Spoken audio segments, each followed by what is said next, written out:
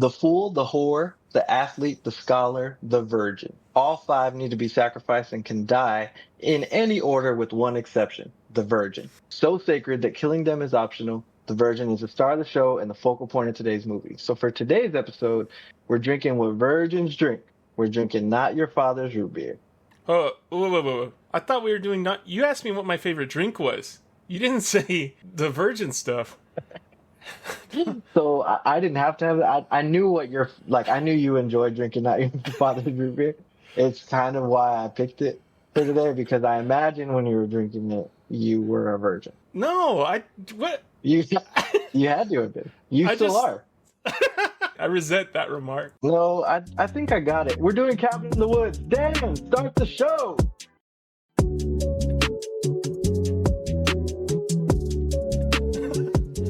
Now that you know my deepest, darkest personal shame, come on in, sit down, and have a drink while we talk at you about Cabin in the Woods. This movie was co-written by Drew Goddard and Joss Whedon, directed by Drew Goddard. Cabin in the Woods was released in April of 2012 and was very well received, making $70 million worldwide on just a $30 million budget, starring a who's that of actors such as Kristen Connolly, Chris Hemsworth, Anna Hutchinson, Franz Kranz, Jesse Williams, Richard Jenkins, and Bradley Whitford. In this movie, never done anything before or since. In this movie, Kurt, Jules, Marty, Holden, and Dana are five college friends who are taking a weekend at a cabin in the woods.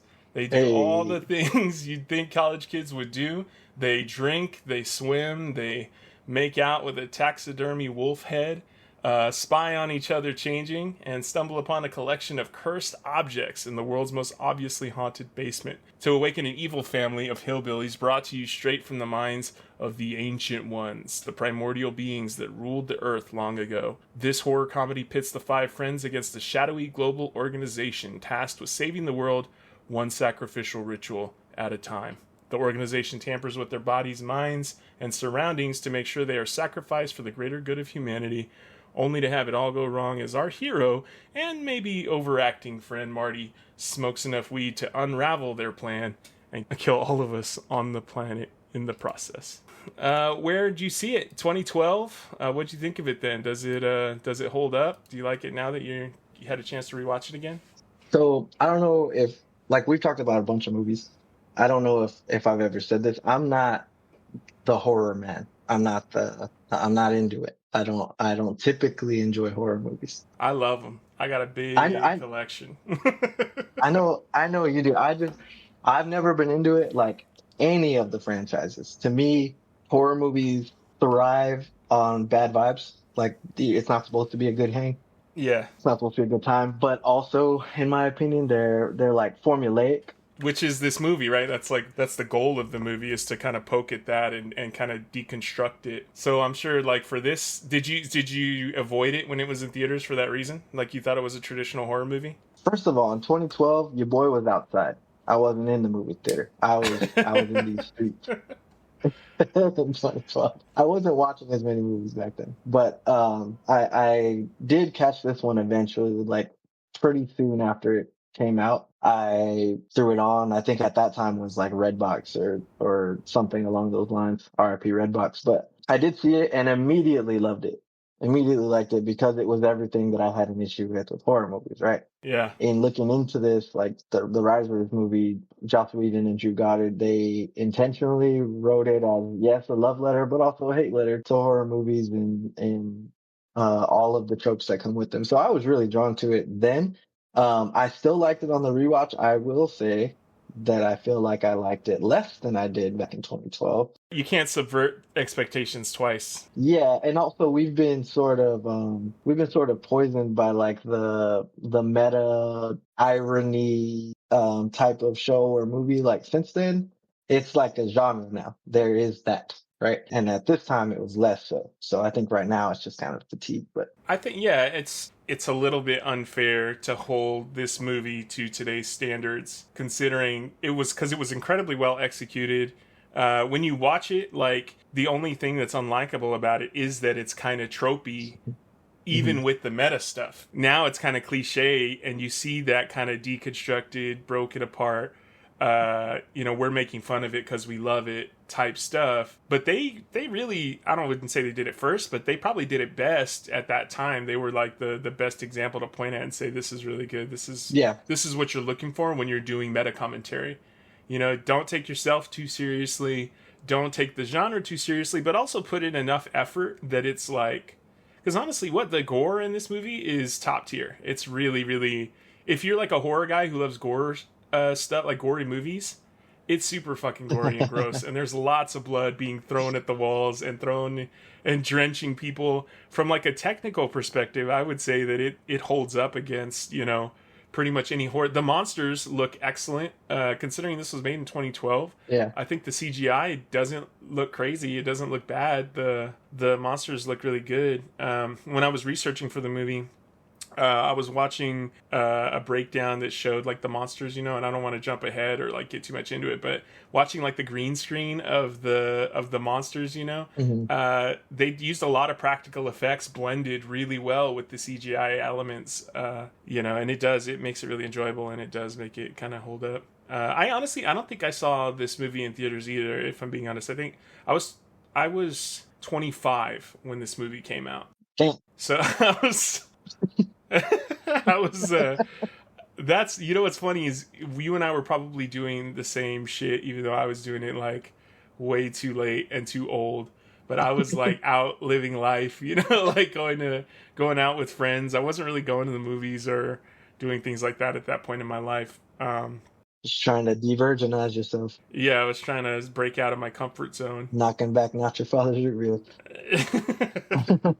It's a good drink. Ladies and gentlemen, if you see it on the shelf and you want to try something new that tastes really good and is going to give you a hell on earth hangover if you drink too many, Not Your Father's Rootbeer is awesome. It's amazing. It's also, it was like beer. Before beer was a thing, people used to drink root beer all the time. It was the dominant drink, prior to Budweiser taking over advertising and making itself the dominant alcoholic kickback in the evening beverage. Did you just tell people about life before beer? Yes, bro. How old are you? You know what's funny is I think I got those mixed up. I think it was cider that was the beer before beer back in early days. I was like, Jesus Christ, this guy is talking about when root beer was a nickel. How did radio change your life, Dan? No, they didn't have root beer. They had egg creams. Egg creams were a nickel. You don't know about Jesus that. Christ. Also, full disclosure, I'm not drinking Not Your Father's Root Beer. I went to go buy it, and they didn't have it. And they were like, no, virgin. And I was like, sorry. And what's your next closest drink to it? And then they pointed me to Angry Orchard hard cider or Green Apple Smirnoff. And so I'm drinking Angry Orchard hard cider as my virgin. What's your alcohol content? 5%. 5? Yeah. 5.9, baby. So I'm going to be a little bit more toasted than Matt come the end of the podcast, but that's all right. That's where you want to be. 2 drink minimum, right? That's where we're aiming at. That's the sweet spot. Be real funny and real blasted. But yeah, I don't think I saw this movie in theaters. I think I saw it after the fact, which was great because I also don't think I saw any previews for it. I was coming into it cold. I watched it thinking that it was like an Evil Dead ripoff. I didn't know who the hell Chris Hemsworth was. Obviously, what's his name? Jesse Williams. I knew who Jesse Williams was, but I didn't know, I knew of him from Detroit, the video game. I don't know if you ever saw. He was the main character of that game. Detroit Become Human. Anyway, I didn't know who any of these people were, so I thought it was going to be a B movie. And my mind was blown when I watched it the first time. I was like, oh my God, I did it. I found the perfect horror movie. Does anyone know about this? Like, why isn't everyone talking about this? Yeah, because when you're from 18 to 25, that's how you feel about everything. Yeah, you can't watch an excellent movie when you're between 18 and 25, because then you're going to be insufferable. You can't know a fact. I got some stuff you should read about recycling. Yeah. Do your own research, crowd, is like right there, right in the smack at 22 years old. I also did feel like this was like my personal horror movie, which I'm sure. I don't know if you It's know this about funny. me, but I could be real annoying. You know what's funny, and I want to dig into this later, right? I don't want to jump the gun on that, but talking about what works, right?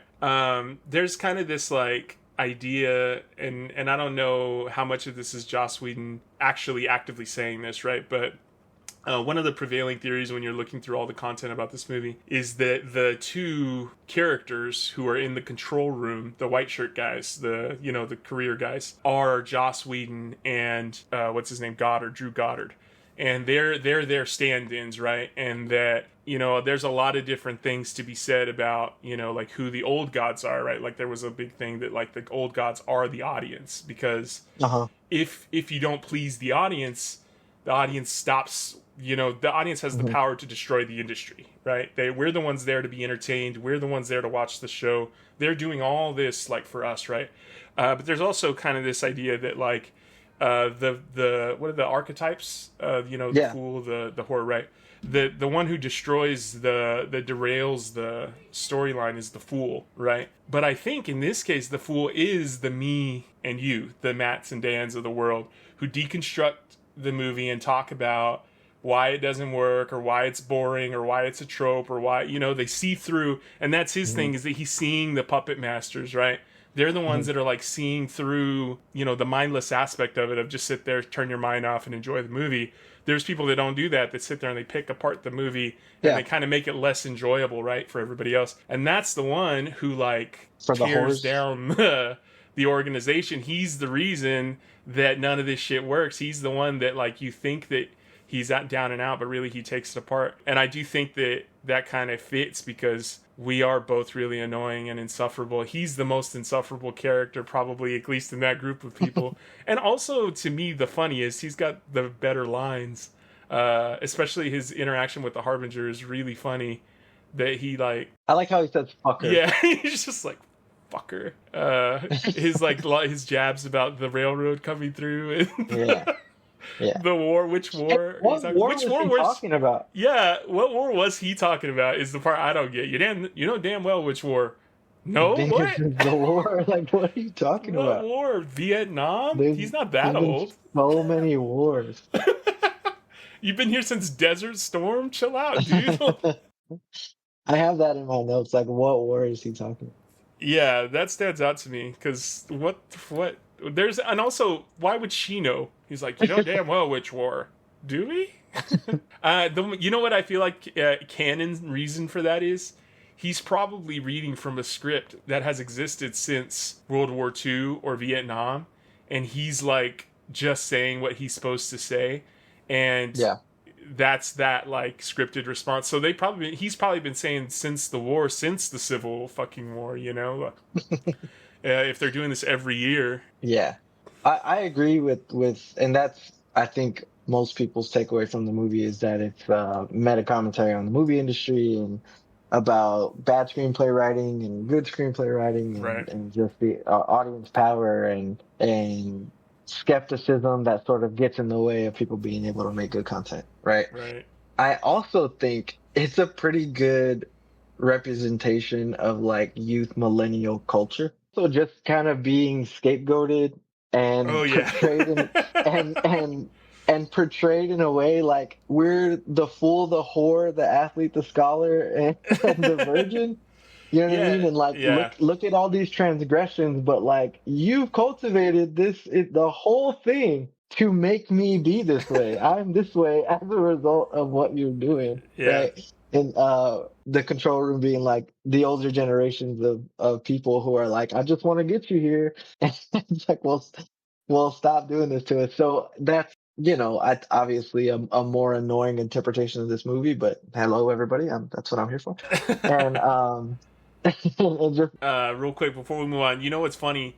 That's what you're saying, right? Gen Xers love to say, "Oh, millennials need a trophy for everything," right? Like, they want to get their participation trophy. You know how much millennials love their participation trophies. Who the fuck was making and giving us participation trophies at every single t-ball practice, every little league? We weren't. It's not like we went and like bought these trophies for ourselves.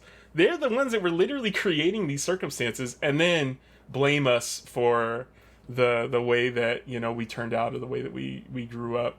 Literally, it's like exactly like you said. They've manipulated everything to get us to this point, and yet still we're the ones that are held accountable because we made the choice of our own free will, right? We only put you there. We only surrounded you with it all. You know, we only pumped you full of chemicals that we invented and we made mainstream, but that's all on you. Look how fired up my theory got you. I like it. I like it.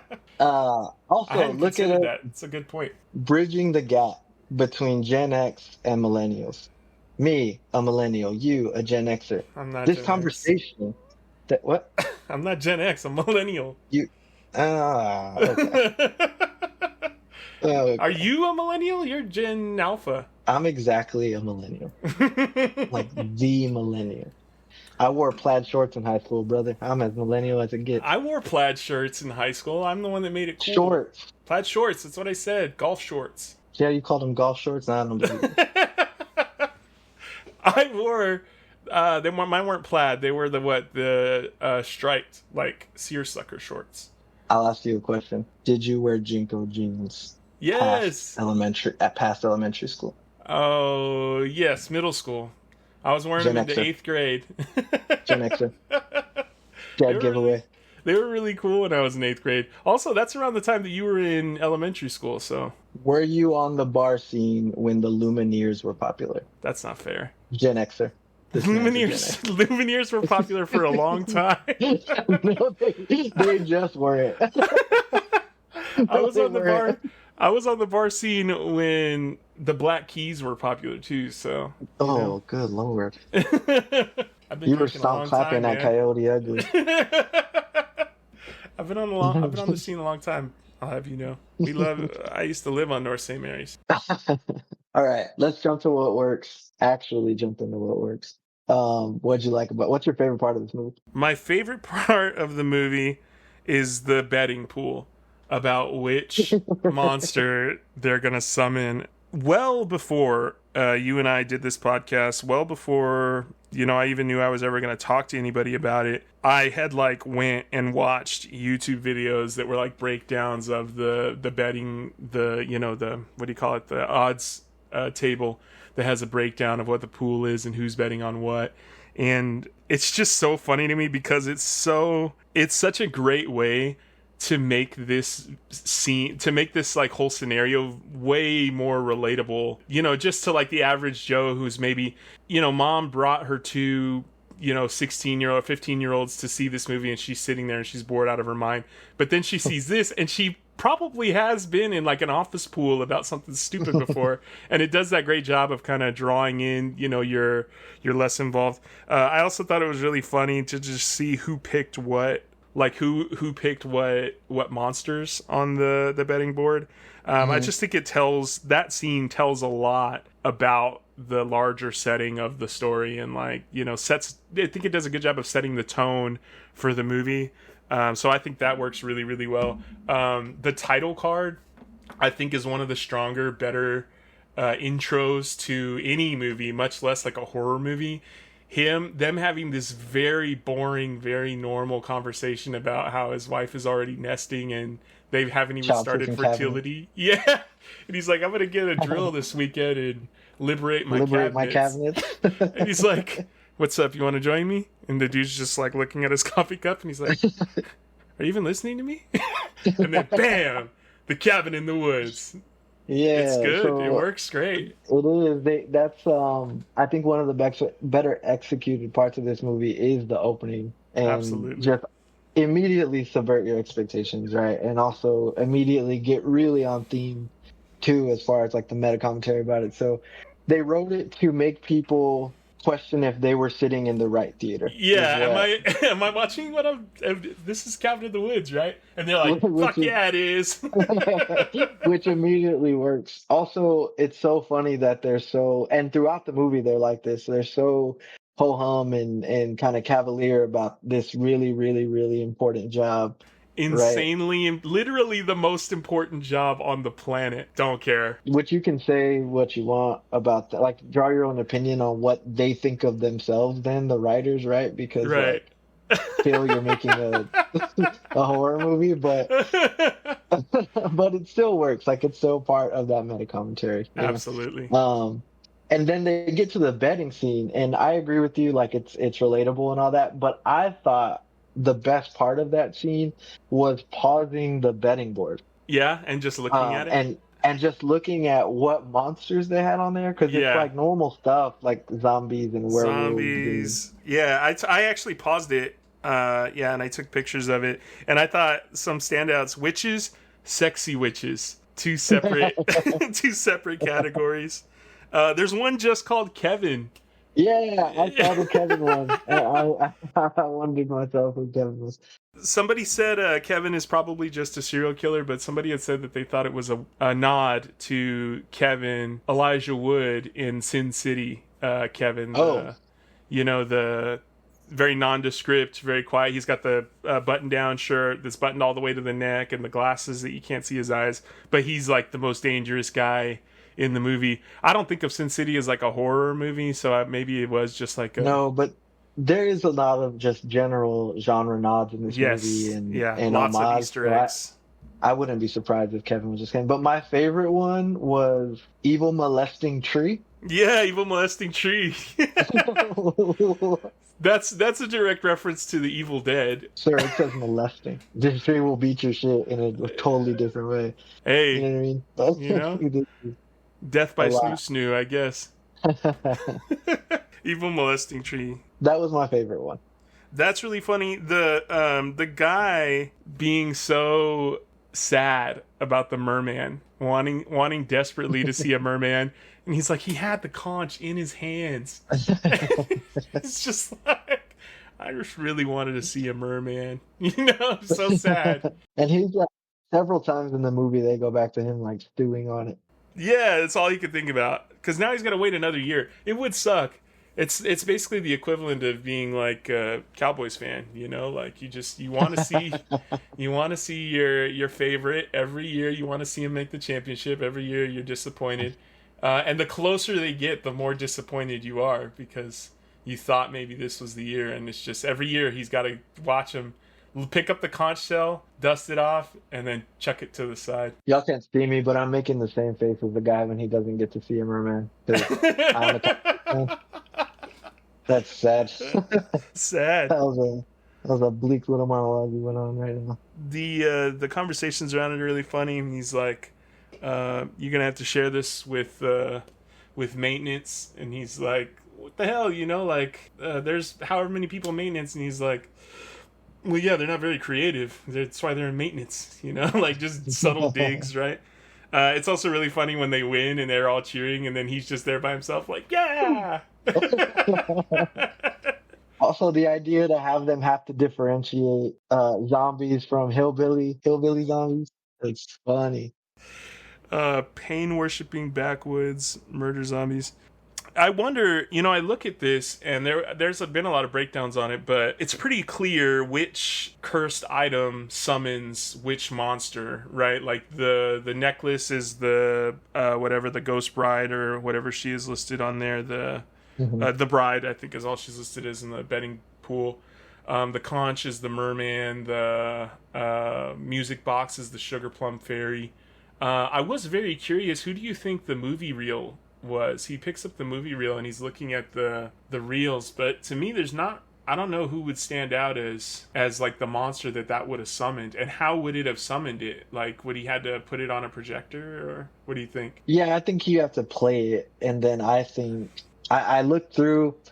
My best guess would be like one of the serial killer people, because Oh, maybe when the they're doll down in the face. basement, the people that kind of look like the strangers Yeah, were yeah. there, and there were a couple of other ones who was like torturing people. Like there's one where Yeah. they're holding him down and like throwing up on his face or whatever. Oh, In yeah. the security camera. I'm thinking that is like a torture porn home movie kind of deal where they would have had to put that on. Is my best guess, but I don't It's a know. snuff film, Yeah, probably, and it summons whoever the snuffers are. yeah. Yeah, I love that. I love that scene. I love so that scene really works for me. I think it ties the movie together really well. It's a good launching point into the culture kind of how like you said, how numb they are to everything that they're doing. You know, they do it all the time. It's very routine for them. I also like, and maybe it's corny, but when they think everybody's dead, they think the virgin's about to die, and it cuts to, you know, like him talking about, I'm really rooting for this girl, you know, she's got a lot of heart. I almost hope tequila is my lady.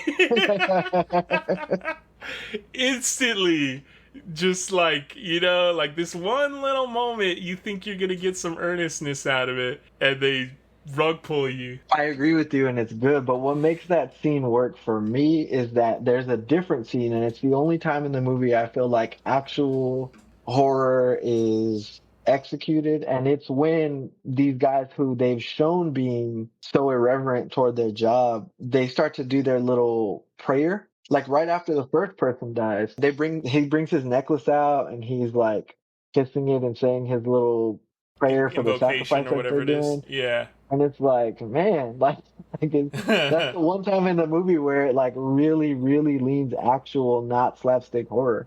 Yeah. And it's like, whoa, yeah, because there's a moment there. They're celebrating this guy getting. They're celebrating the girl getting murdered, and they're doing it in a very like reverent way. But they are basically in a cult. If what the cults thought was actually going to happen was actually happening, yeah, that's literally what they are. These people are like a global cult who are orchestrating and sacrificing people to elder gods, except for in this case we happen to know that the elder gods are real, that they're actually going to rise up and destroy the planet, but they are in a cult. I don't know if that's still a cult, if it's real. I've never seen one, so I don't know what you would call that. I guess that would just be like an organization. But yeah, I think that's why that part works so well. Scary. When he just shifts his focus to the tequila, it's funny because you've seen them be serious then. Yeah, right? They have the capacity. That part's funny. Also, the song choice works really well. Roll with the Changes, right? REO Speedwagon. I don't know. We've talked about that band before. REO Speedwagon. They're probably not one of your favorites, but they're at least like respectable among their like genre. That they're pretty good. Anyway, the song's good, but that song specifically is really good because tonally, I think it works on a lot of levels, right? Like, for one thing, the movie's not what you would expect from a horror movie. You do have to kind of roll with it and just kind of take it as it comes and kind of roll with it, right? But for another thing, it's like in story, in the canon, there's a reason they pick it too, right? Because it was a close call. They almost thought they didn't make it. It's about them adapting to the situation and figuring it out and trying to, you know, pull it all together in the end. And even beyond that, if you're tired of the same old story, I'm here, I'm ready if you're willing. Like all those words from the song, right? Like it's just very much the song fits really, really well. Also, it's just to me, you know, Caddyshack. Every time Rodney Dangerfield wants to party and he puts on Journey and they all just start dancing. That's what it reminds me of too. It's also just a funny song to choose for a party, but also it works. Like it seems like something a bunch of Gen Xers would probably pick for their playlist, their party playlist. So it works on a lot of levels for me. I'm trying not to get upset. I'm trying not to get upset with you specifically. Because REO Speedwagon, I couldn't remember if it was them or Styx that you said you didn't like, or that you kind of liked. That's the thing, is like you talked about REO Speedwagon. You were like, I'm not sure of your opinion, and then you talked for like 3 minutes. Can I? This is that. Can I tell you Take if I your like opinion. REO Speedwagon? Now I'm letting you share your opinion now. 3 minutes is nothing. I could have gone another 12 on the song alone. On REO Speedwagon? No, just on this song in the context of the movie. I don't particularly like REO Speedwagon. You see? I called it. There you go. I think Full as circle. far as 80s bands go, you know. Adam Sandler would be pissed. At me? Yeah, for having that. He'd never be mad at me. I'm his illegitimate son. I will say that Keep on Loving You. Yeah. I do like. I feel like every band has one song that somebody like really that you can connect with, no matter who it is. Yeah. Right. Like I hate Kid Rock, but like Put Picture on. Don't talk about Picture again. Don't just keep coming up with every Like, excuse you can. like you, like I don't like Fergie, and I think her national anthem was crazy. But like, if you throw Clumsy on, you know, I like I fuck with London that song. Bridge. You would like this, I do like it. It's but catchy. Keep on Loving You is good.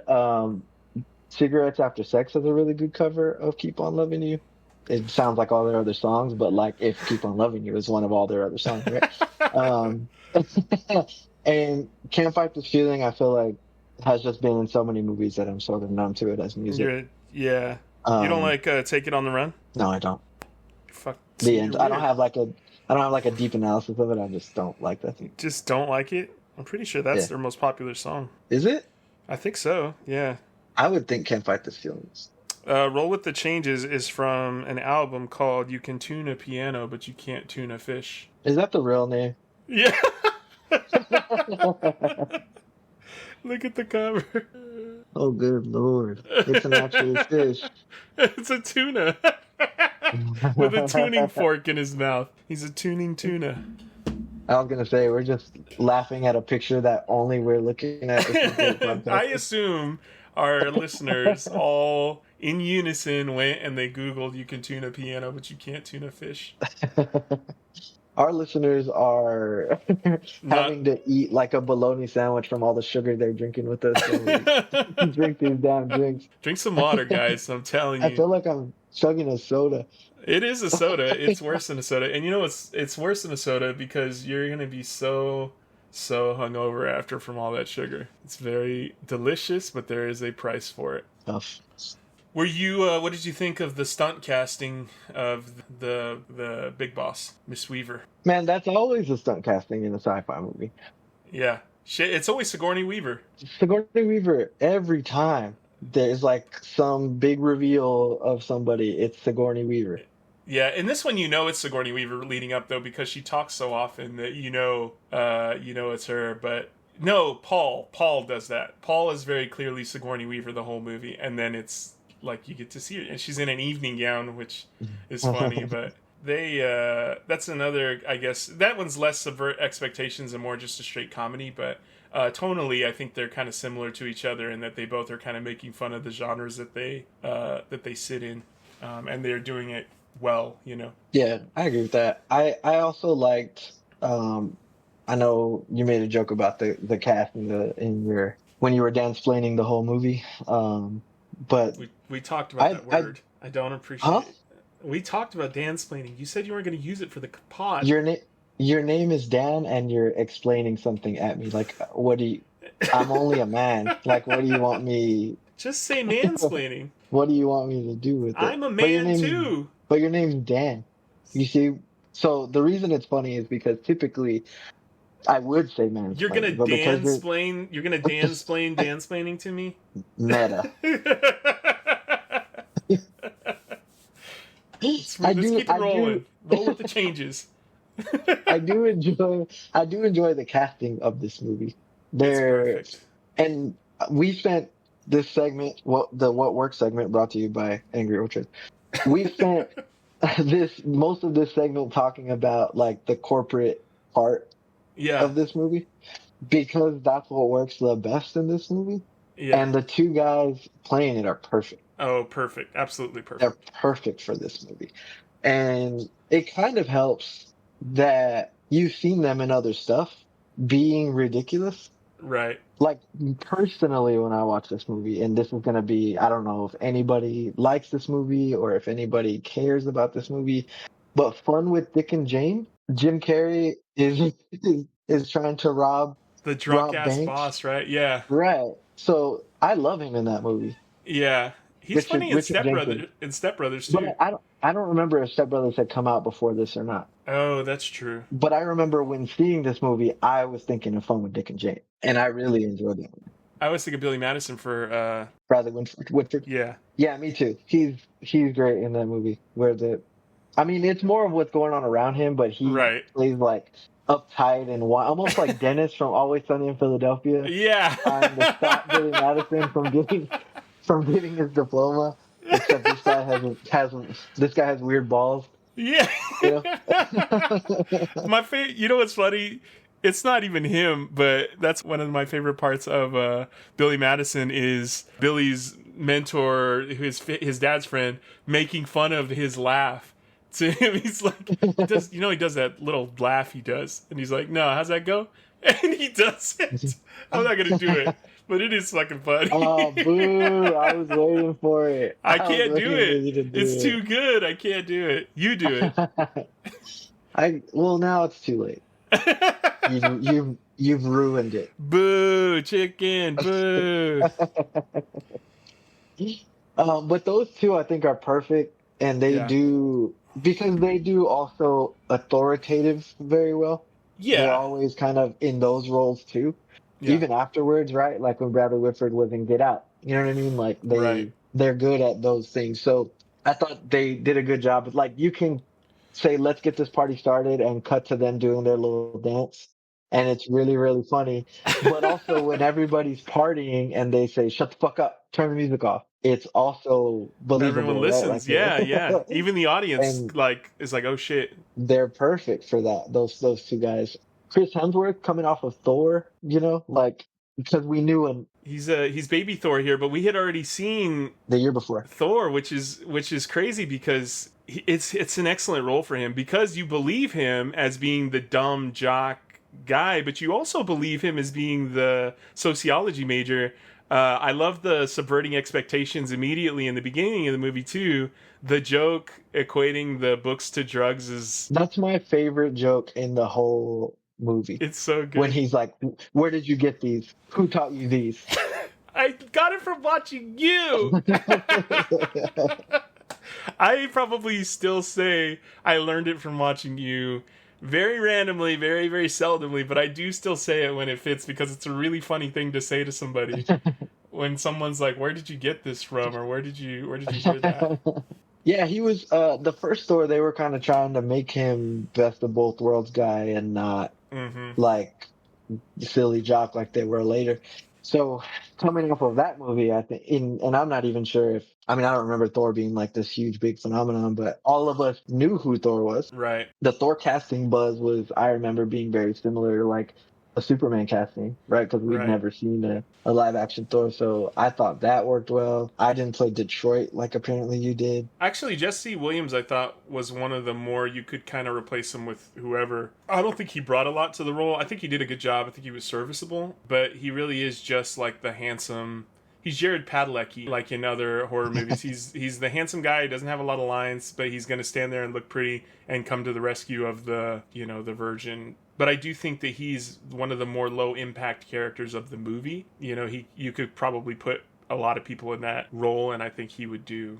They would be just as good. I don't think considering we've seen him in other stuff, right? He was Grey's Anatomy or been in a few stuff like that. So we know he, has some range there, but obviously Detroit Become Human is one of the pivotal video games for PlayStation. People still hold it up as PlayStation exclusive royalty type games. Choose your own adventure style games are a big deal. I can't tell if you're being sarcastic or not. I don't play video games. It's not sarcasm. Also, you have a PlayStation. You play video games. No, but I'm saying like I wouldn't I don't know the history of video games. Like I wouldn't know that that's a tentpole game, so I can't tell. Some people would take issue with saying that. I think that because people still talk about it today, I think it's a game that's worth remembering. People who played it really liked it. There weren't a lot of it's those Telltale games. Have you ever seen those? This is kind of like that, but if somebody were taking that seriously and wasn't all cartoons.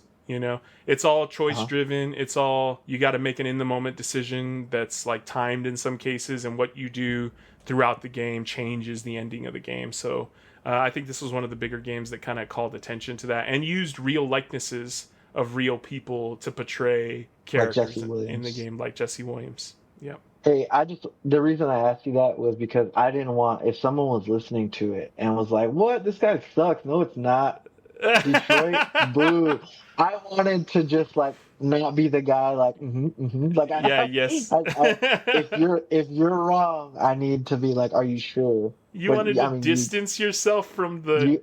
It seemed like I don't look. I don't know video games like that, right? but it felt like a bad take. And I have Whoa. no, I have no, I have no justification in any That's way. just I your got personal nothing. opinion of me. You just have this, you're diametrically opposed to whatever I say. If I make a firm stance on something, you're like, nah. No, no, no. We agreed a lot. You didn't even agree with that. That was a joke. Meta. Meta. Hey, if you don't think Detroit is a great video game, then you're wrong. And turn off the podcast. You're not welcome here. Just FYI. Hey, look, if you got a drink in your hand, you want to listen to us, man, you're welcome. No, get out. Don't let them do that to you. I'm cutting you off. That's it.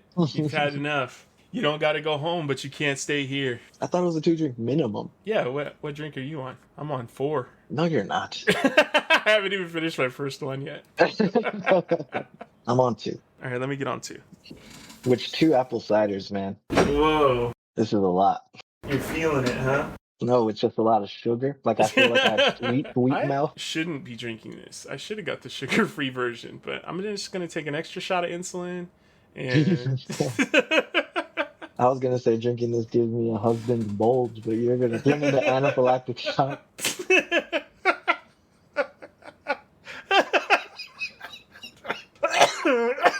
Oh, God. Somebody get him water. The husband's balls joke killed me.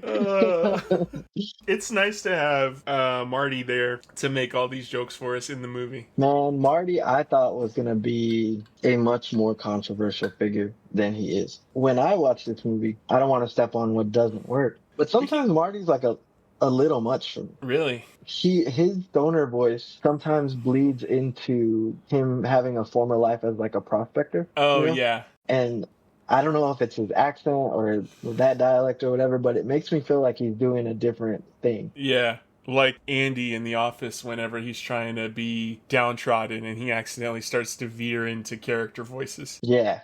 Like when he's a janitor. Yeah, when he's doing his janitor thing and he's... I thought that about Marty for like a lot of the movie. But I went online and he's just beloved. Yeah, it's because he has the best takes in the movie in terms of like what his character says and does. Everybody's like, I'm that guy. Yeah, everyone wants to relate to him because that's who he is, right? He's the kind of people who would be searching up the YouTube videos about the movie or whatever, right? Having discussions in a subreddit about the movie's performance. He's also the one that's like, society's not society's a cage, it needs to end, blah, blah, blah. He's saying all that shit before the movie, like 10 minutes into the movie. But he subverts expectations a bit too. I usually expect that character to be kind of cowardly, and he is a bit when they get to the cabin, right? But it's more good sense cowardly than it is like I'm scared cowardly. Like when he's like, I draw the fucking line at the Latin. Do not read the Latin. And he's also the only one who hears the whispers, the Evil Dead whispers of do this thing that's going to progress the plot. He's the only one that's like, what the fuck was that? But you also I think you wouldn't typically see that guy confront the Harbinger and say, you were rude to my friend. Like, very, very confrontationally. You don't usually get confrontational from that kind of character. So it was interesting to see. They do a good job of very, maybe not subtly, but very fluidly take a normal character and turn it on its head. Chris Hemsworth talking about the textbooks and being like, hey, you're not going to need this one because he's going to cover all this in his lectures. This is what you need to read. This would be better. And then also having she's the virgin, right? But she's not literally a virgin because they just can't find virgins within groups of friends anymore. It's funny. And then him being mildly confrontational with a character that you wouldn't typically see stand up to someone like that and be openly confrontational with them and be like, you're being a fucking dick, dude, and I'm going to make fun of you to your face for it. Yeah. And that's kind of like the last thing I want to get into about what works before we move on, is how they sort of flip all their established personalities as they get to the cabin. Yeah. Because there's so much foreshadowing in this movie, right? Like a lot of it. Right. And you don't realize it until you rewatch, obviously, because you don't remember them saying those things in the beginning. But there's a lot of very, very, very direct foreshadowing. Like they set up we work with what we got virgin line. Right. In the beginning of the movie, talking about her and the professor. Yeah. And like they open the movie They open the movie with her at an open window in her panties with a drawing of the professor. Like, you know what I mean? Like Yeah, yeah, in 2010, that's a big neon sign that says "not a virgin," right? right. Like that's how that always was written in She any says movie. it. Yeah, she says it. She's like, what did she say? I knew what I was getting into or something like that. Yeah, where she's like, "What? He's not a bad guy." Where he's like, Uh-huh. he's a good guy or something like that. And she's like, "By what? Fucking his grad students and Hmm. breaking up with them via email." You know, like she's very clearly not a virgin. You know, like, and they're Yeah, like, "Yeah, she's in this crowd. She's the virgin." which I got some objections to, but also Marty's character literally in the RV says the world needs to burn, but we're too chicken shit to let it. Yes, yeah, He just says it in in the RV, which ends up being the end of the movie by his hand, right? by his hand. And then the eagle, as they're driving through the land tunnel, there's like an eagle following them and hits the wall, like Chris Hemsworth's character later, Yep. who is very spread my wings, Right. smashes into a wall and dies, right? Like there's this very overt foreshadowing.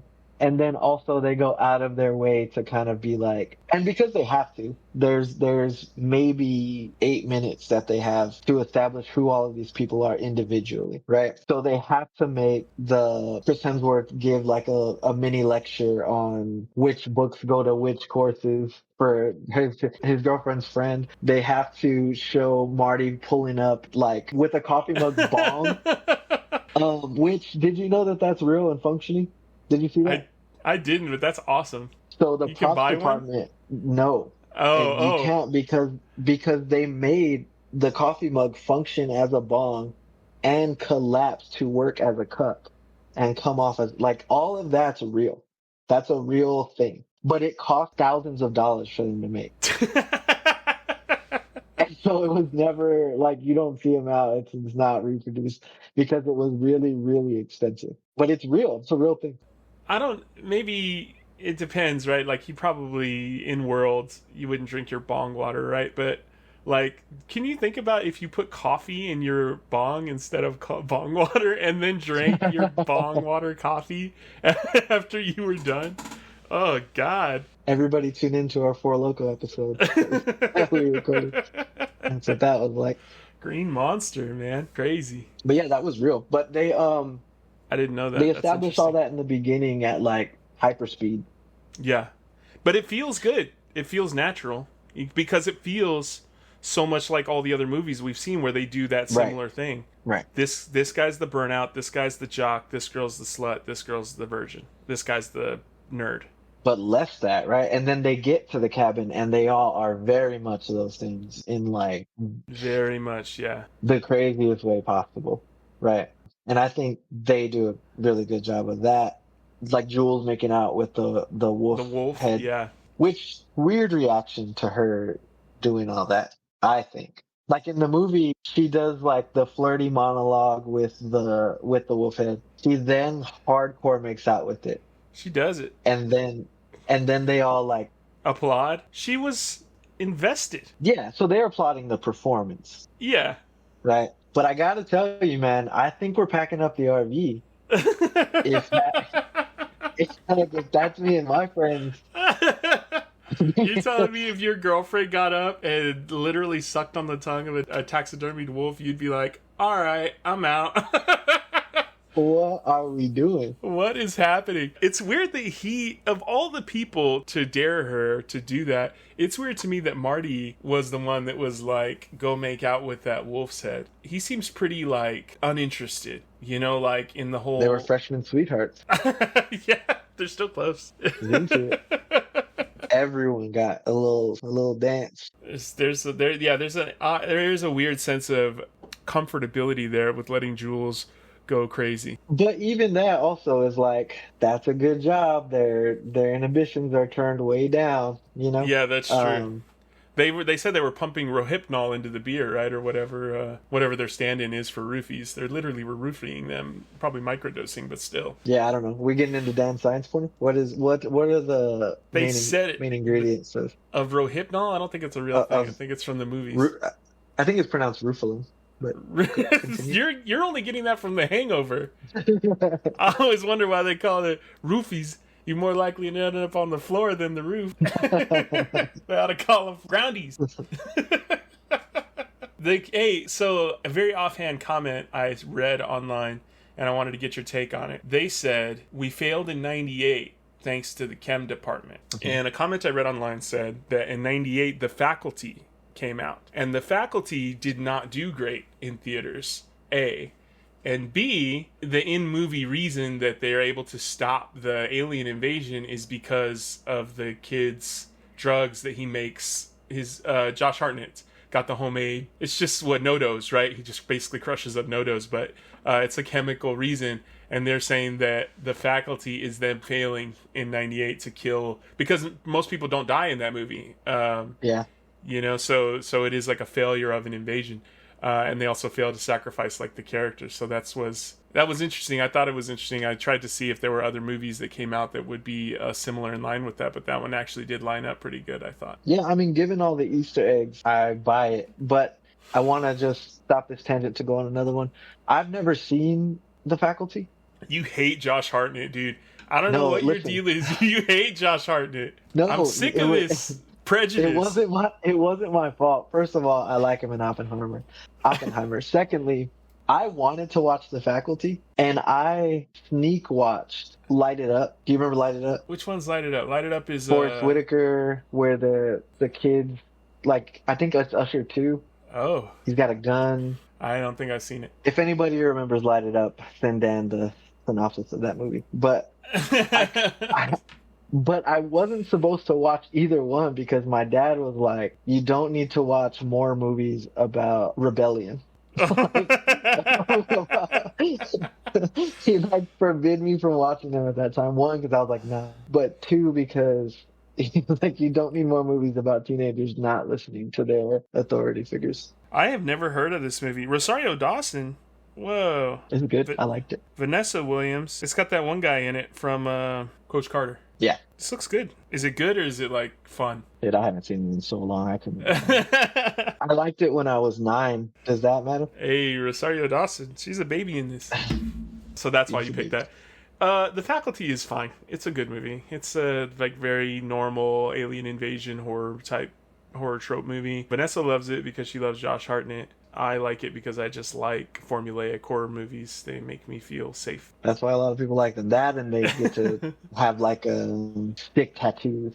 You know, they enjoy that part of it. They get to have what? Oh, look, I have a Freddy sleeve. It's stick. Like that's why people like horror movies as well. Don't do that.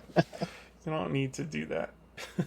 People are allowed to get tattoos of things they like. You don't need to get a tattoo, please. I'm allowed to make fun of it. It's funny to me that you have all the Disney princesses on your shoulder blade. That's funny. I have all the Disney princes on my shoulder blade. It's only like 3. Well, it's all the ethnic ones, so it's even less than that. I've got Kocoum and Maui and Simba, and that's it. And the frog from Princess I've never seen that. I've actually never seen that one. Tiana? No? Okay. One more thing. And I don't know if you felt this way, the way I felt. When Chris Hemsworth is about to do the motorcycle jump, yeah, and he's giving his speech that's very clearly supposed to be over the top, I thought he was playing that scene like Chris Evans as Captain America or Chris Evans in anything. And I thought it was really funny to think of Chris Hemsworth as being like, all right, I need to ham up this hero performance. Let me dig into my Chris Evans bag. Do you think that crossed his mind, or did you think of that when you were watching him perform that scene? I'll be honest. I didn't make the connection during the scene, but I will say that now that you've said that, it did feel very amateur Captain America type statement. So yeah, I could see him going there mentally, you know? Yeah. Somewhere between Captain America and in Scott Pilgrim. Yeah. Was that Chris Evans speech. That's actually hilarious. And I felt like that's where it was. Yeah, I can see that. I think there's probably a little bit of Chris Evans in all of us. I'm just kidding. I think there's a little bit of Chris Evans. Wish. I think there's a little bit of Chris Evans in every I'm gonna save us speech, because that's kind of, I think, his wheelhouse, for like the Captain America character. That's Captain America's real superpower in the movies, right? Time and time again. He makes the motivational speeches really well. They talk about it every single time. So I think you're going to hear that even in a earnest attempt. You're going to hear a little bit of it, shades of it, or at least going to harken back to that. I want to know, is it an appropriate time to make a I'm going to save us speech at all? Like, there's zombies... redneck torture zombies are chasing you down. You're about to die. You're about to try and jump over this canyon with your dirt bike where there's no ramp. You let your girlfriend get her head sawed off already. Like now. It's already happened.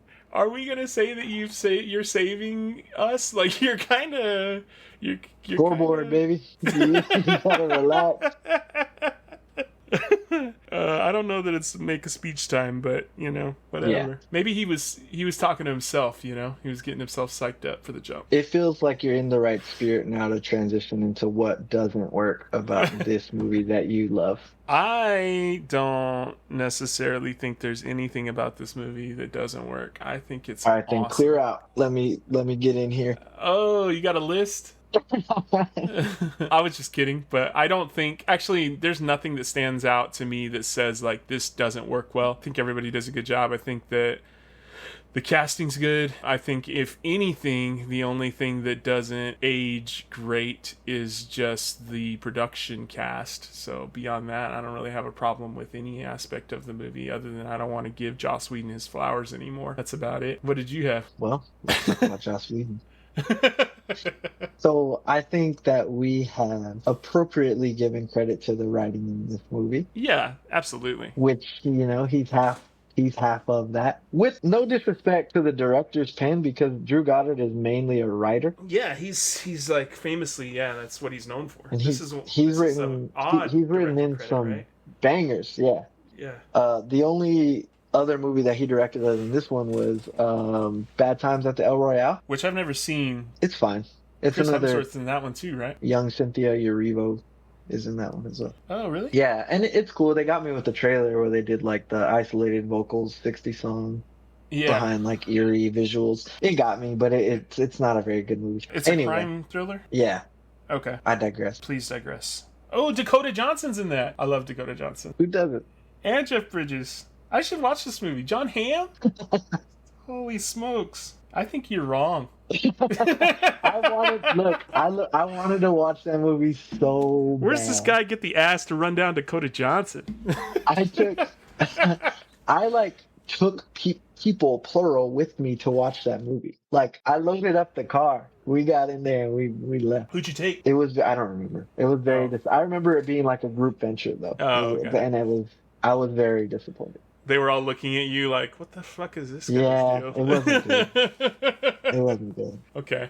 All right. Anyway. So obviously he's not lightning in a bottle director-wise. Like, he's not a spin gold out of hay guy. Boy Helped write that movie too, but this one was like, this one's a feather in the cap of both him and Joss Whedon, I think. Absolutely. As far as public perception goes. Then Joss Whedon before this was known for the Buffy stuff where he wrote on that show and a lot of Angel, people liked Buffy, and Avengers, the first Avengers went on to Avengers, and then after that it kind of went way south. And not for anything that is, court of law guilty, but right, maybe not criminally guilty, but some stuff that's just kind of weird. It's not. Yeah. His reputation is definitely taking a hit. He's been alleged that cheating on his wife with cast and crew that worked for him. Ray Fisher, who played Cyborg in Justice League, accused him of being wildly unprofessional and abusive on set. I remember that. Gal Gadot, same thing, which I don't know that we feel too bad about, but it happened. That's not cool. But I think mostly with Joss Whedon, it's that early in his career, he put himself out there as like a self-proclaimed male feminist. Right. And made that a big part of his brand, and Yeah, nothing worse than when those guys suck. yeah, He's doing what they said Baldoni was doing. The performative feminist thing, that the joke that Deadpool repeatedly makes about Baldoni, that's who Joss Whedon at least sounds like who he actually is, or at least, you know, was kind of pointed out to be. So yeah, it's kind of like, it's when one of the good guys is found to be corrupt piece of shit. That's what it really boils down to. You don't want somebody that you thought was one of the good ones. This is like when Dan Harmon got accused, and not accused, admittedly, right? He was being unprofessional with one of his writers in the writer's room and was being, inappropriate. At least in Dan Harmon, to his credit, he came forward and, you know, he gave his apologies and he admitted to all of it, and he said, you know, I'll do better, and hasn't at least had anything since. Joss Whedon, it was like quiet crickets, mostly, right? Like, as far as I know. yeah. He's just not saying shit about it, and he's not denying it, but he's not apologizing either. Not great. Yeah, yeah. So hard fall from grace for Joss Whedon between this movie and now. So I would say one of the things that doesn't work is the whole time I'm forced to have to be like, yeah, man, like, you just begrudgingly say that this stuff is good, right? Yeah. You don't want to give support to anyone, but that's part of it. You know what's really funny? Joss Whedon, real quick, last thing about him, right? Or unless you had more, but my last thing I'm going to say about him. I remember being mildly excited, or at least positively looking forward to Joss Whedon stepping in for Zack Snyder on Justice League, because I thought, hey, Avengers is good. Joss Whedon's got a good eye for superhero stuff. He's got a good head on his shoulders for this kind of stuff. It's going to be great. He's going to do great. And then I watched it, and it wasn't good. And then Ray Fisher was like, hey, this guy's a piece of shit. And I was like, what? So not only did you make a bad movie, but you're also a bad dude? You can't do both those things. Like, that's not cool. No. Fucking rug pulling me, you know? That's what he does. He subverts expectations, dude. Oh, Even in that's life. it. Never. Oh, my God. He got us again. God damn it. He really is the king of meta commentary. For my actual movie-based what doesn't work, there's a version of this rewatch that landed this movie in the too good a premise for its own good category. And sometimes there are movies that just they fall victim to, where it's like your elevator pitch for this movie, the one sentence summary of what I'm going for is so good that it doesn't work in practice, right? Your great Gatsbying the the idea of the movie. So sometimes, like, I want to start this by saying I love the Purge movies, right? Wait, you're not gonna but for one night in America, all crime is legal, and then you just film a movie of a bunch of people murdering each other, right? It didn't quite live up to the one sentence elevator pitch of the movie. Are you implying that The Purge is not good? I just said I love the Purge movies. If you make 15 more, I'll watch 15 more of those movies. I own every Purge movie. I love them. Probably on DVD. You old fuck. No, I'm just saying. No, Apple TV, I'll have you know. Digital format. Because I got them free when you buy the DVD and it comes with the digital copy. I always get those. I don't like the Purge movies, but what I'm saying is, at some point, you just have to film crime being legal, and it's almost always murder, right? Uh-huh. It's kind of letting down all the possibility you made from that one sentence title. Yeah, I heard you. I just was trying to step on it. Was trying to step on it for you. Of men. If you want to say it again, or louder even. That's good. Also stealing. This guy can't handle not his father's root beer. No, why don't people ever steal in the Purge movies? That doesn't make sense to me. Tax fraud.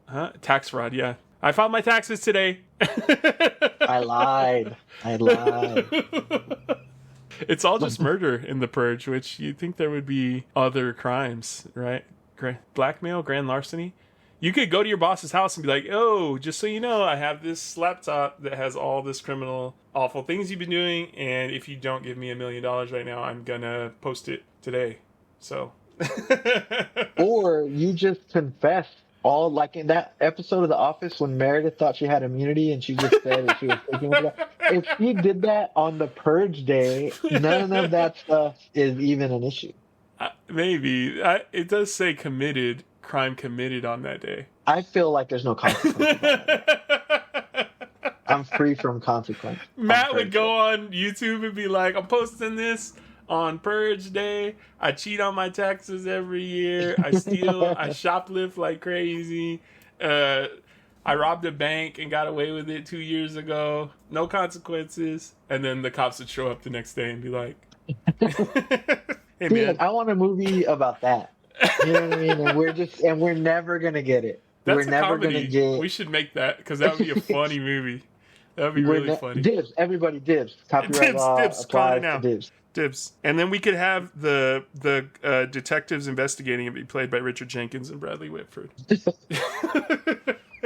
I watched their buddy cop movie. Yeah. The Long Walk that just came out recently is like this. Oh, is it? So you have to walk at 3 miles an hour for as long as you can, and there's a group of people who do that. And if you go below that for X amount of times, you get shot. Last one wins. Absorbent amount of money. Whoa. And you get granted one wish. You can have anything you want. Right?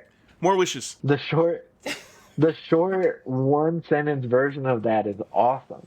Yeah. You know? But then what you have to film is a long walk. You know? And sure, they're having an interesting conversation and all that, but like at a certain point you're filming people walking. And this movie is poking fun at horror tropes. In order to do that, you gotta film a bunch of horror tropes. And so I found the middle of this movie, the non-corporate part, just its own 45-minute horror movie of this part, kind of boring when I rewatched it. I rewatched this movie 3 times over the past week, and the most recent time that I rewatched it, I did skip over the middle entirely. I took a good nap the last time I rewatched it. I also rewatched it 3 times this week, and one of them was yesterday. The last one was yesterday. Yeah. And I had to watch it again because I fell asleep for the whole horror part. Hey, Vanessa didn't realize that I had skipped forward, and she was like, "Why is she laying on the dock?" And I was like, Are you watching this?" She's like, "How'd she get there?" I was like, "I fast forwarded a lot. There's a lot that happens. I'm sorry, I didn't know you were watching it." But that's what I'm saying. You can skip that part if you just want massive swaths. Yeah. And it's still a good movie because honestly, just the fast forwarding scenes gives you enough of or horror happens and then you get to the end. You can yada yada the whole middle of this movie. Oh, easily. Very easily. And get to the interesting part. And I think, it's a victim of its premise. Yeah. In that way, like the other movies. I think I could see that because I want to say, like you said, we spent the whole first however long talking about all the corporate stuff. We didn't even really ever touch on the actual horror movie elements of the movie itself. And you're probably right, at least if you were going to have to choose what works least or what doesn't work, it's those aspects of it that are the weakest aspects of the movie because you need them there because you're talking about them, but you don't necessarily, there's no real stakes to make them good, or the rest of the movie is so good that you really don't need to make the horror elements really good. I do think they do a serviceable job of, making the gore enjoyable, or at least attract the kind of people who would be attracted to that kind of movie. It's the production value of the movie is good enough that even somebody who really only likes horror or whatever, the guy that has the Jason and Freddy and whatever sleeve, Michael Myers tattoos, would probably like this movie based on just the horror elements alone, Yeah.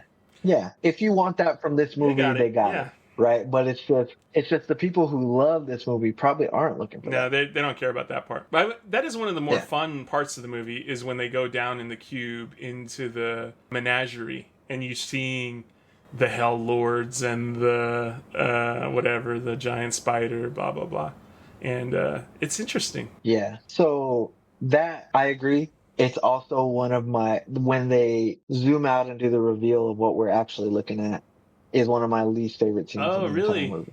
I was gonna bring it up because I get that visually they wanted Dana to be freaking out and banging on the glass, and no, we can't hear her because there's all this terror around her, but it makes no sense for her to start yelling and banging the glass in that moment. She's not good at yelling in that moment. It took me out of the movie on the rewatch how ham-fisted that scene was. Yeah. And we could say meta, meta, meta. I don't even think it was meta. I think that was an earnest attempt at, I don't know. I don't want to pin it like on the actress. I don't know if I do. I think she's bad. I didn't want to do that. But I do think there's a way to do that scene where it works well. And I think that she kind of ruined it with that, with her take on that performance.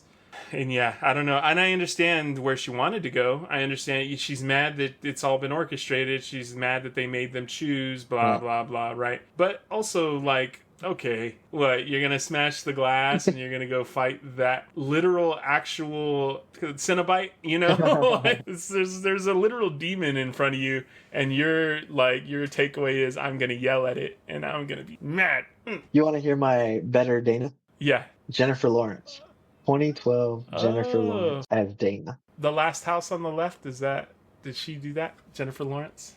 I think so. I was thinking Hunger Games. Yeah, she's good. Because Jennifer Lawrence is one of those characters that does the innocent, quiet really well, and also does the not so innocent. I was just talking about Jennifer Lawrence last night. We were watching we were watching Dracula, A Love Tale, which is the new Luc Besson movie, who is another Subvert Your Expectations guy. But was just generally less good, I think. Well, I mean, I may not say that. I like Luc Besson's movies, but I did say that Jennifer Lawrence would have been a better casting of the girl in that movie, who is a very high energy, zany, very overly upbeat type character who's being kind of crazy. She's also a killer vampire, so you have that kind of manic energy that shifts back and forth between being friendly and funny and also being might rip your throat out a little bit. Yeah. And she could have definitely sold that scene way better than this girl did. Yeah, she's also not quite Girl Next Door, which is what you need to believe that she was picked as like the closest. We'll get close enough to a virgin, right? Also, the movie you're thinking of is House at the End of the Street. That's yes. That's the house. That's the one I was thinking of. She did like the tank top horror that you're describing in that movie. You did it. But her as Dana, I think, makes this movie all the way better, because what doesn't work is her. You know who my dream casting is for Marty? Matthew Lillard. How old is he in 20? Because I like it, but how old? But I want Matthew Lillard in Scream.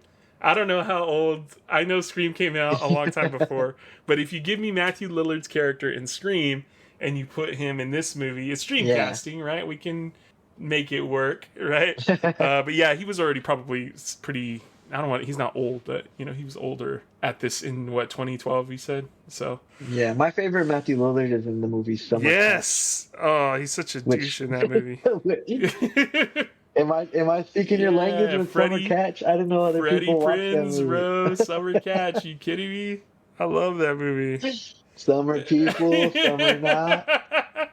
He's so good in that movie. I didn't know anyone else in the world had watched Summer Catch. I'll just have you know that. Let's stop this and do a Summer Catch. I'm down. Let's do next episode next week. We're doing Summer Catch in the weirdest transition of a podcast.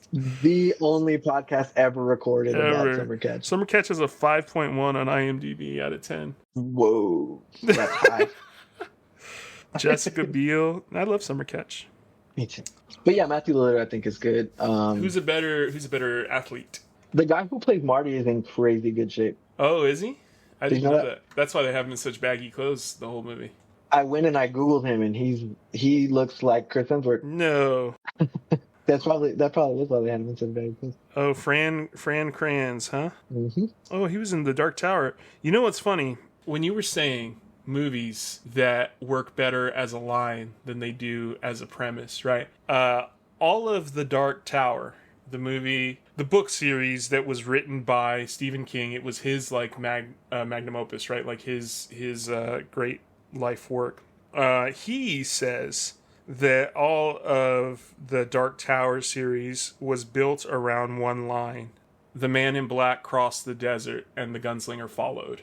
right? And I read all those books that were part of the book series. I love the book series. It's good. I own a comic book graphic novels of it. Read those several times. I love them. The movie came out. Idris Elba and Matthew McConaughey, and that movie is... Yo, I know what you're talking about. I've never seen it, but now I know what you're that movie talking about. sucks. I remember that movie's trailer. bad. Yeah. It's bad. And it's one of my favorite pieces of property, and I waited for that property to get made for years. They had been talking about it. It was in production hell.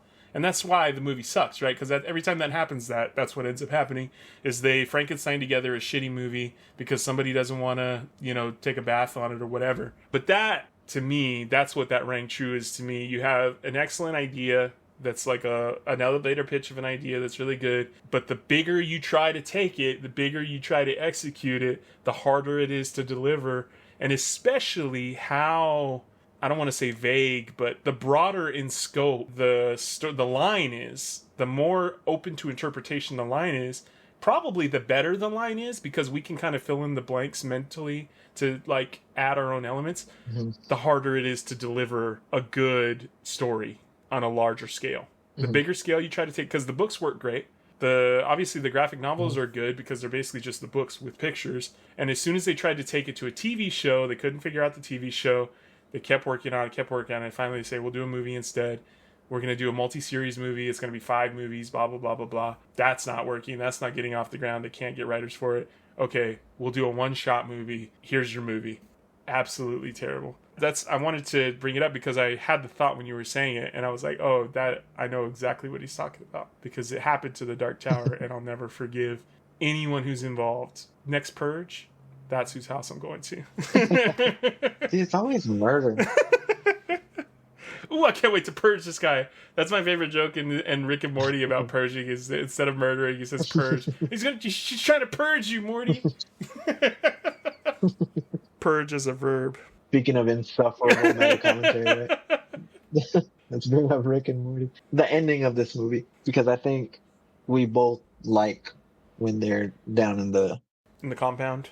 Yeah. The ending of this movie is like a big exposition dump about the gods that used to live before there and why, you know what I mean? Yeah. Some of that, like I'm trying to have my cake and eat it too, because a lot of what I don't like in horror is it feels like everyone has a great idea for a monster or for this bad thing that's happening, but there's not enough creativity in the writing to get into the actual lore of what's happening. To land it. So there is no landing. That's what happens in The Happening. Exactly.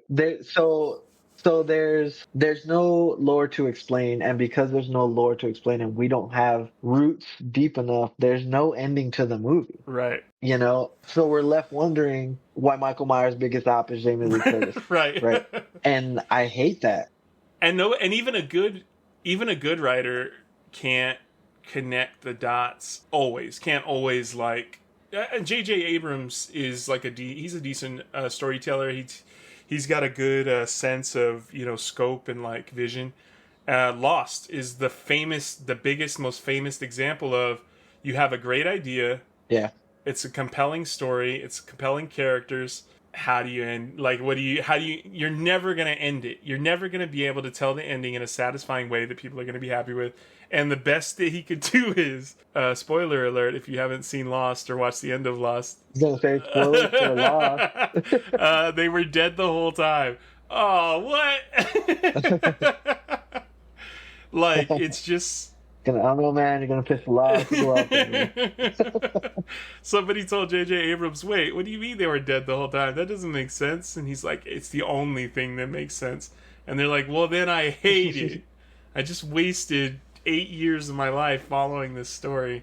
It's the most unsatisfying ending in the history of fantasy." But yeah, it's a social problem. It's a human problem, is what it is. So I do want to give it credit because this movie gives that, right? Yeah. Like, it doesn't just let you be like, here's all these monsters. Cool, huh? It's like, it tells you why those monsters are there, what the ultimate end goal is, what happens if you don't. And then we even get the consequences, which are always just alluded to in horror movies all the time. Yeah, it's one of the only horror movies where the bad thing that they say could happen actually happens. Yeah, or like what do you think happened? It's like, bitch, you wrote the movie. Tell me what happened. You know what I Yeah, mean? it's kind of a chicken shit way to end So the I'll give it story. credit No, yeah. because this movie doesn't do that. So I don't want to bitch about it too much because I want this in movies. Right. But the other side of that coin is like, does it make a ton of sense, the ending of this movie? You really don't. It doesn't, because it doesn't keep up with the tone of the rest of the movie. The rest of the movie is very winking at you and like knowingly nodding at you, and then at the end, it's like they kind of abandon that and just turn into a straightforward. I can't figure out how to tell you this story, so I'm gonna just tell you the story, type thing. Yeah. And even just rationale of the characters. The "you were rude to my friend" guy is the "don't read the Latin" guy, the self-preservation guy. But like, is he gonna let the whole world? She literally says everybody on Earth will have an agonizing death, including you. Does that guy volunteer for an agonizing death? One. Two, does he allow his friend here to go through an agonizing death and not be able to leave? Yeah, You know, like everyone he knows. yeah. I have a hard time with the rationale of that character doing that. I think he is thinking about the bigger picture. I think he wouldn't be okay with it if it was just them. He wouldn't be okay with it if it was just them and everybody in the building. But because it's all of the human race, he's like, fuck it, hit the reset button. I mean, can you tell Yeah, me, but if you're there, you're there. And maybe you're the scholar, right? You're not like the athlete I'm the or the scholar. fool. You're the scholar, yeah. So then we I would have to tweak. disagree. We would have to tweak the story a bit to have you be in the ending. But if you made it to the end with the virgin me, The guy literally I'd the be the symbol virgin, for Matt. the fool has Did you? a Did you? drink in his Did hand. you like the joke? I think in this situation, I'm the fool and you're the virgin, obviously, for literal reasons. Everyone, I'd like you Anyway, to go know that ahead. I'm married. I've been married So, for a lot of years. Also, I was hey, dating. look, this is a lot of tangents. I don't want to derail it We from don't that. have But what were you time. saying? We don't have time If to it were get into me, your. so if it were me, go ahead. If it's me and you there, Uh and huh. we're the last two people alive in the story, I think you let the world burn. All right. So do you want me to read you what I actually have written verbatim in my notes? Yeah, let's hit it. Agonizing death of every soul on the planet, and this college morality is like, I want justice. Fuck that. I'd kill you so fast. You'd kill me That's to verbatim what I have in my notes. you'd kill me to save Trump, bro. Come on. You'd save Pete Hegseth over me. Come on. I don't know that I would leave there thinking a whole lot about anything ever again. I don't know that I could care about any of it. Also, I would never shut the fuck up. Like, I You're think alive because of all me. of your He lives. shouted. He shouted at every person he walked by.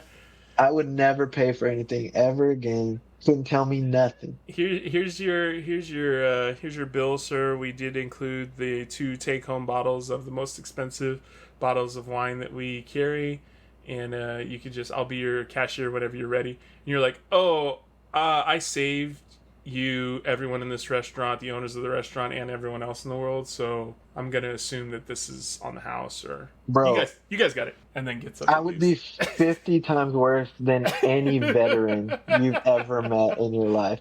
That's your Purple Heart. Yeah. So no, I'm not letting the world burn. I'm saving everyone. That's crazy. You're self-serving, saving everyone. So I don't know that reality would play out the way that you've written there. But I'm glad. If the roles were reversed, I'd kill you quick, and it wouldn't even have anything to do with sacrifice. I would just be so fucking annoyed with you by that point that I'd be like, wait, what did you say we needed to do to save the world? You just have to kill. What next? Kill you? I would be snickering as I saw the werewolf behind you. About to bite you. You'd be like, hey, don't turn around, bro. Don't turn around. I have that in my notes, man. I'm not like, it's crazy to me to be presented with the agonizing death of everyone on the planet being told to you by the person who has essentially control over all of these, what you thought were mythical, fictional, evil beings, and just being like, all right, go for it. Like, that's nuts to me. He's doing the Captain America thing. He's doing the we don't trade lives thing. That's dumb. It's dumb when Captain America says it, and it's dumb now. I'll let the whole world die if it means saving the person in front of me, which logistically doesn't track, doesn't make sense. Yeah, that's just math, Captain. Yeah. But it makes good storytelling because there's no conflict otherwise. I do think their last conversation, like, man, I wish I could have seen him. I thought that too. I like the ending. I think the ending delivers okay. I think Sigourney Weaver is fine. Like I do think that by that point in the movie, you're kind of ready for it to be wrapped up, you know? And I think that, you know, the big hand smashing up. To me, I don't know. I think I probably would have gone in a different direction with the Ancient One's representation. A big lava hand to me is kind of like, boo. I think I would have, I don't know. I think I would have gone anything else. Claws, tentacle, something more monstery, but, you know, I think But it's us. It's us. We're it. It's not, I don't have lava hands, so I got a tentacle. You don't? You're gross. That whole scenario just to set up that one joke, ladies and gentlemen. But yeah, I think ultimately, I think the ending does well with what the movie is trying to be. Yeah, well, I think it sets it up. There could have been, and I don't want to complain too much because I don't like this about horror. They went for it, they tried it. I just don't know that it got there without the bumps. Well, just because they should have tried it doesn't mean they did a good job at trying. You know what I mean? Like, yeah. If you're being objective about it, then it is what it is, right? Did you like when they purged the system and let all the monsters out, and the monsters are coming out wave after wave after wave? Yeah, the elevator bit is funny. Ding. Slaughter. All this terrible stuff. Yeah. Yeah.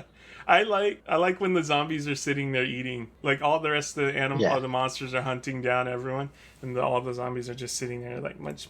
I got what I need right here. Some people need to go hunt, not me. I'm happy right here with what I have. If you had to pick, if you could handpick like you knew you were in the scenario, you had to handpick the one that you would get out of. Which monster are you taking? I think if it's me, the way that I'm taking that then is which one do I think I could probably survive against? Correct. Yeah, I'm gonna say the Sugar Plum Fairy because yeah, she's got her little teethy face, but she's also an 11-year-old girl. I'm gonna beat her ass, dude. But some of these have like extreme durability. Yeah, she could also have like supernatural. I'm gonna say that if she has that, then I'm fucked either way. All of them probably have that. But if we're going like which one most conventionally, probably zombies, right? Because then you just one cap to the head, each one pop, pop, pop. Zombies are slow. You know, Walking Dead is crazy to me because why is anyone dying in The Walking Dead? No one should ever die in that universe. Nobody ever talks about the smell, and I feel like it would smell a lot, so much that I feel like it would come up every other sentence. Yeah, Jesus Christ, man, we got to invest in more zinc for our nose or whatever, like just deodorant and soap. Like it would be so bad. Like we would be talking and every other one would be like, huh, and it would be really hard to get through all the dialogue. People in the 1700s didn't have deodorant and they all didn't have toothpaste. They all smelled awful all the time and they just probably didn't care because it was happening all the time. You'd get nose blind. You know, you can get used to anything. Yeah, maybe. I would pick the merman. Yeah, because you could just walk away from him on land. Bro, they're so slow. That's why I picked the zombies. Because you just walk away from them and they're just like... Rrr. Wait, go to any ground. That's me surviving the merman. That guy was literally laying there. That's how he died. He was the only one he killed. It breathed his blood. Nobody breathes my own blood. No, that's not how mermen work, right? I don't know. He was supposed to be a stand-in for the creature of the Black Lagoon, and I thought it was a bad stand-in because the creature for the Black Lagoon walks. He got legs. This dude just got a fin. He's useless outside the water. That's the one I'm picking, and I'm surviving. I'm living. If we're talking about which ones are coolest, I really like the Strangers stand-in. I love the weird faceless doll masks. I like them being in suits too versus being like wearing regular clothes. It felt very like bank robbery heat kind of, you know, like I like psychotic criminals in masks. I think they're really cool to me. What do you pick? For what? Coolest? The coolest pick is probably the werewolf. Werewolves are so cool. Just something about the creep, like it's a man and a wolf. When they're big like that, I love them. Underworld werewolves, I like underworld Yeah, werewolves. The that's bigger it is, crazy. the more I love it. That's crazy. The way they stretch. Wait. The I werewolf don't. looks terrifying. I don't like Wolfman werewolf. Yeah, no. If you could play basketball, I'm out. That's weird. That would be the opposite of what I would have thought. Yeah, I know. Subverting expectations. You love basketball. Matt the Professor Alva over here. Tenured. Bro, hold on. This drink is so sweet. Like sugar on your tongue. That's a good song. Thought you'd It's like so that. sugary. I'm on my third one. I'm like mid third one, and I feel like I'm like I need water. Drink some water, dude. No, happy hour podcast. That's true. You should, guys. Public service announcement: drink water. No, don't listen to while what he's you gonna say. He's gonna say the responsible thing. drink, Don't listen. drink water while you're drinking alcohol, please. In preparation for this podcast, I fasted for 48 hours. Oh my god, that's on track. That's what I would have expected from you. So now I'm skinny and rad. If you're fasted for 48 hours, I don't want to hear another word about water out of you. You drink your Angry Orchard and you like it. All right. Well, happy hour is over. The rest of the week is at full price, but don't worry. Happy hour will be back again next week, and we will see you then.